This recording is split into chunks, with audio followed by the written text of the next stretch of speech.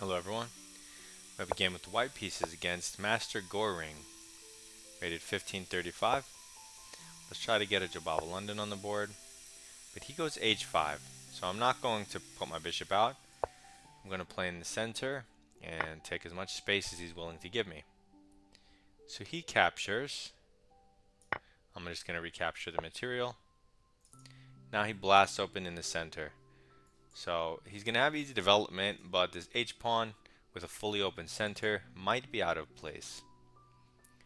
He attacks my center. I don't want to give him the queen trade,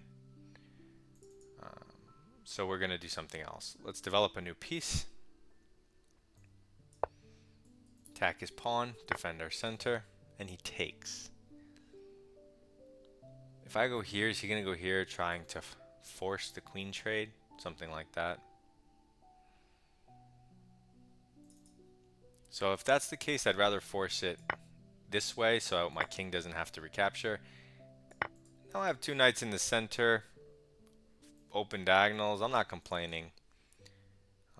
I'm not winning out of the opening, but I have nice knights. He can't develop without ruining his structure. He can't even challenge it normally because they cover each other, which is interesting. So he plays a pawn move to try to maximize his bishops this way. It makes sense. The downside is the one turn I have. And that one turn I'm going to develop with the newly created light square weaknesses he just made. And now if he has to put a pawn here, what's your bishop doing there? Aside from the fact that the pawn is hanging. So this is a weird move by 1500 to hang the pawn when you could have blocked with a minor piece. Because I'm just going to take it. If I take with the knight, and he kicks my bishop, it's a bit weird. But if I take with the bishop, and he takes, and then fianchettos, they're both hanging. So maybe I have to take with the knight. If he fianchettos there,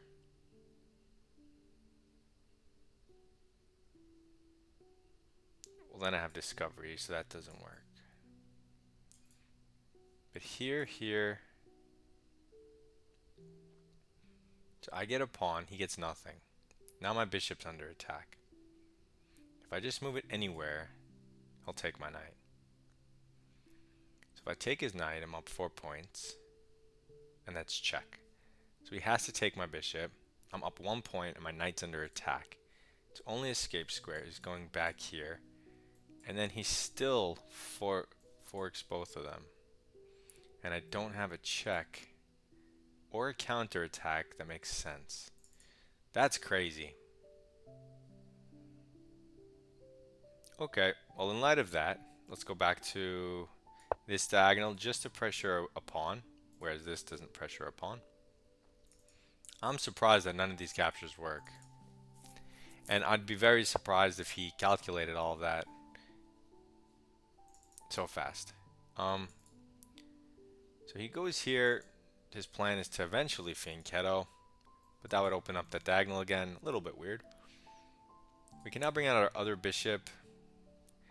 No real targets for it. He's going to go here and kick both of our knights, so we don't want to lose one of our knights. They're both hanging. We need to defend something.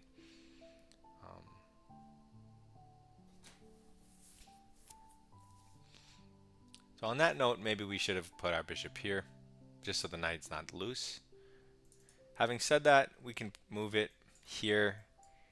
Also annoying for him to defend this square.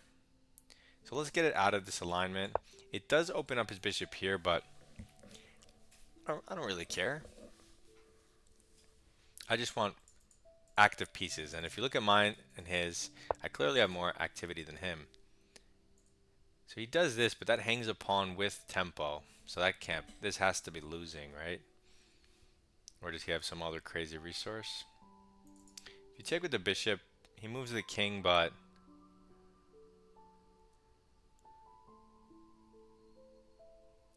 if he goes here, actually you have two knights, so that's checkmate. One knight wouldn't be. So if I go here and he runs somewhere else, then you have this check. So that's annoying.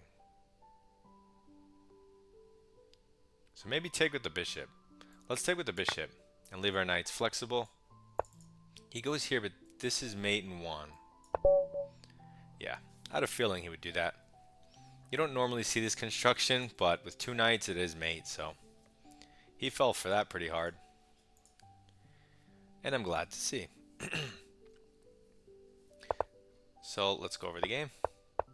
We tried to get a Jabal London, but he includes this h5. So if we can blow open, if we can trade these 4 pawns in the center, then it'll almost be like h5 was a waste of a turn and you wish you were developing, right? So that's why, but if the structure is fully closed, then h5 makes more sense.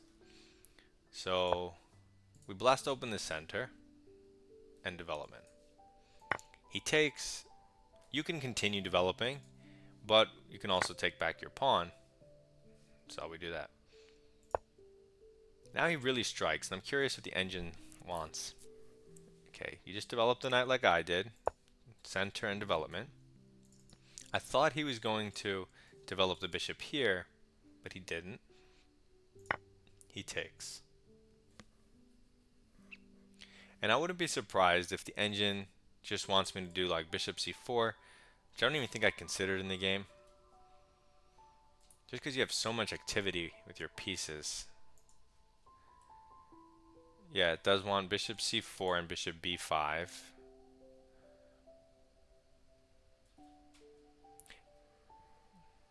Yeah, it's and then it's like it says you're better if you get your get this pawn by plus 0.8, but it says just keep developing, which I'm noticing now that I'm not under pressure. But I take with the queen, another developing move, and I mean, out of the opening, if you get a position like this, you should be happy because clearly you got the better end of the deal. Okay, so just development, and it specifically targets king weakness and square weaknesses. And even though we didn't do anything crazy, it says we're up plus 2.6, so completely winning, and we didn't do anything. We just developed our pieces and took our pawns back and then brought a bishop out, but winning somehow, right? So it's very hard to play accurately for black. He goes here and okay, so you can take. I mean, it's not as strong as the other moves which I played, but how does this work if you take? Let's say you take, he kicks the bishop, knight a7. Okay, I did not consider knight a7. What the heck is that? So you go here because it hits his bishop. So if he takes yours, you take his. You're up a pawn, and I guess you can evacuate this way. I didn't even consider this square. But it also says you can take. But if you take and he takes... Okay, yeah, you don't bring it back because of the fork thing. You support it. Oh, yeah, I really don't like this. But yeah, it doesn't really work. You're not losing or anything, but it's not like an auto win. So bringing the bishop back was correct. And now, instead of castling or developing, those are just blunders because once he does this, he's hitting 2 knights, and you don't have a good counterattack. But then we see this fried liver square, and the only way to defend it now that he put these pieces here is knight h6, which is an undesirable development scheme. And you can just leave this knight here and then castle or do whatever you want. So we immediately improve a piece for free and anti-development. See how he has to go here, but it's plus 4. He immediately ignores that. And you could take with either piece. Okay, they even like just a smidge better the bishop, which I decided on. And then checkmate in 1, which isn't so obvious because naturally you instantly calculate, like your brain auto calculates this knight because it's closer, but that hangs the bishop. But it's this knight that delivers the mate. So a bit cheeky. Don't be afraid of stuff like h5. Just play in the center.